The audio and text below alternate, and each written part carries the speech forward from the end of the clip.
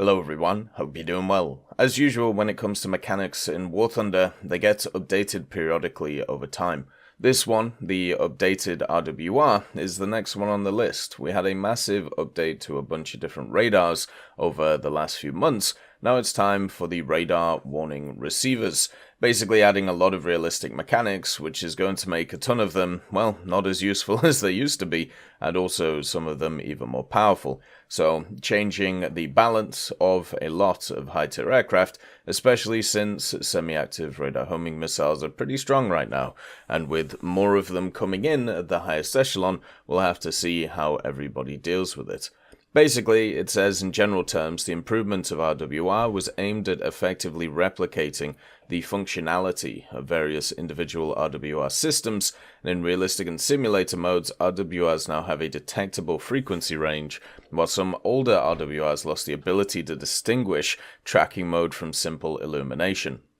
So pretty much, some are getting worse, some are getting better. It's kind of all over the place, so we'll have to go through all of them. The first one is the individual frequency ranges that it discusses.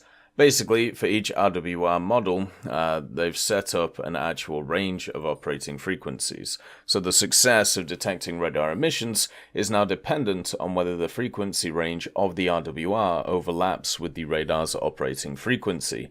So therefore, you can have a look in the hangar what the frequency range is. If you go in the X-ray mode of the plane, you can have a look at the pilot figure, and it will tell you. It's actually been pretty cool on the good old dev server to see all the information.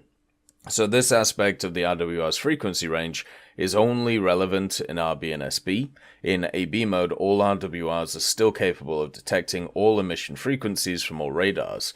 So if you want to have a look at the different bands and which different radars have access to it, so the I band, the Su-7B, the H to J band, the MiG-21 SMD, the GI band, the MiG-29, IJ band is the Mirage 3E, the Saab A32 is the I band, the AJ-37 is the E to Js, J-37's I to Js, the F-4C and also F-4J and A-4E is E, G and I bands.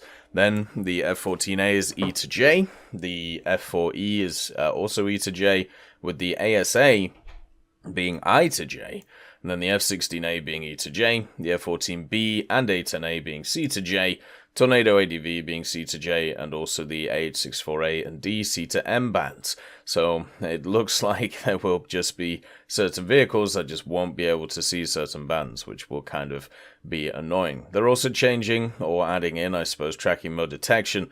Some older warning systems will now be able to detect the target tracking mode of the radar. The target will be constantly displayed on the indicator, but will no longer feature a dashed line or a special continuous audio signal. For more modern RWRs, the active tracking mode will still be indicated by a dashed line from the center of the indicator to the source of the emission, with a track message appearing above the indicator. So a lot of vehicles have just straight up lost the ability to detect what is looking at them. These are the Su-7B, Mirage 3E, Saab A32A, the JA-37, the F-4C and F-4J, the A-4E, and also the F-14A.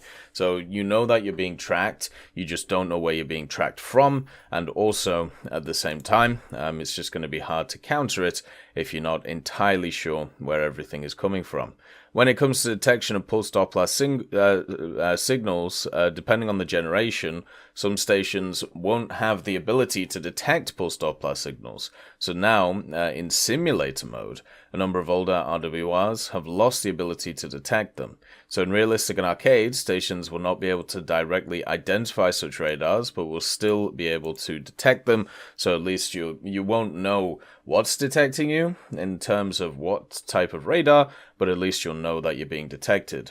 So the ones which have lost this ability, once again, Su-7B, MiG-21 SMT, Mirage 3E, Saab A32, F-4C, F-4J, A-4E, F-14A, and also the F-104S ASA. So that actually is kind of affecting a lot of stuff. When it comes to radar tracking, the simple radar warning receivers previously only provided the detection to the signal source each time it was detected. A marker would appear upon signal detection and soon disappear. For more advanced stations, such as the ANALR-46, which is on the F4E, the F-16A RWR, the F-14B in Tornado, and AX-64A and D, they've recreated tracking for each source and its relative movements on the indicator, with the marker constantly present on the display.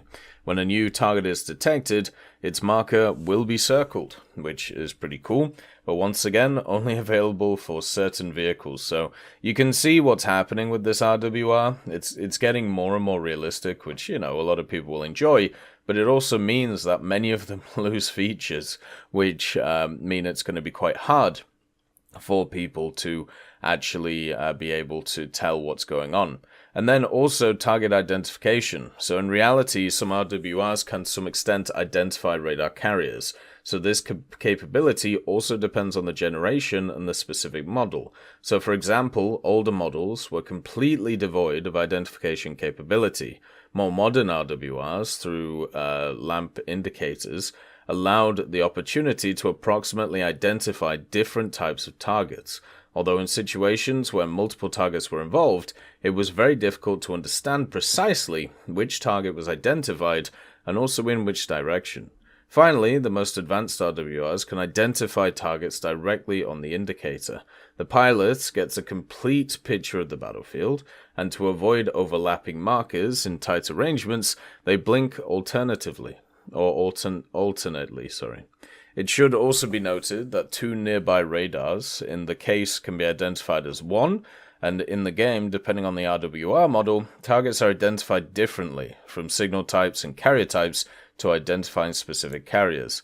So for different ones, if it's AI or air-to-air, you have fighter, PD, or pulse Doppler, you got the pulse Doppler radars. AD will be air defense system, SAM system, and AAA will be anti-aircraft artillery. And the guys who don't have access to target identification capability, Su-7B, MiG-21 SMT, and Saab A-32. Target identification by lightning lamps under RWR indicator, you got the F4C, F4J, A4E, F14A, MiG-29, AJ-37, J-37, and Mirage 3E, and then just target identification on the indicator itself, F4E, F16A, F14B, Tornado ADV, and H64A and D. So that kind of will show you the amount of information that you have when people are actually targeting you. So that is kind of crucial for how all of this is going to go. And then even missile launch detection. So some RWRs can detect the activation of target illumination channels when a target is locked by radar and illuminated by continuous wave or pulse Doppler signals for missiles with a semi-active radar seeker. RWRs can also detect radio command transmissions for semi-automatic surface-to-air missiles like Roland variants and Volna Tor Tunguska SAMs. Even if the surface-to-air missile system operates in radio silence mode, meaning it tracks the target using optics and does not activate tracking radar, the RWR can detect the command sent to the anti-aircraft missile. RWR can also detect emissions from missile-active radar seekers like the AIM-54. In the game, on aircraft such as with such advanced RWRs, pilots will see a blinking dashed line from the center in the direction of the radiation source with the text "launch" displayed above the indicator. That's kind of cool, actually. I didn't realize that they were going that far, but they're really going ham when it comes to this RWR stuff. I suppose if they set up all of the rules and all the mechanics now, whatever they add in the future, it will be very easy to add. So, list of RWRs which are capable of detecting missile launches with their particulars. You got the F4C, F4J, A4E, and F14E. These ones can only detect the launch of the S125 or the Volna SAM from the Bravey. So that's all they can touch. Then the SPO-15 model, present on the MiG-29, can detect illumination for radar-guided missiles, such as those used on the F-4, MiG-29, F-16, and F-104 variants. And then also, some other RWRs can detect the illumination of radar-guided missiles, in addition to Roland SAMs of all variants.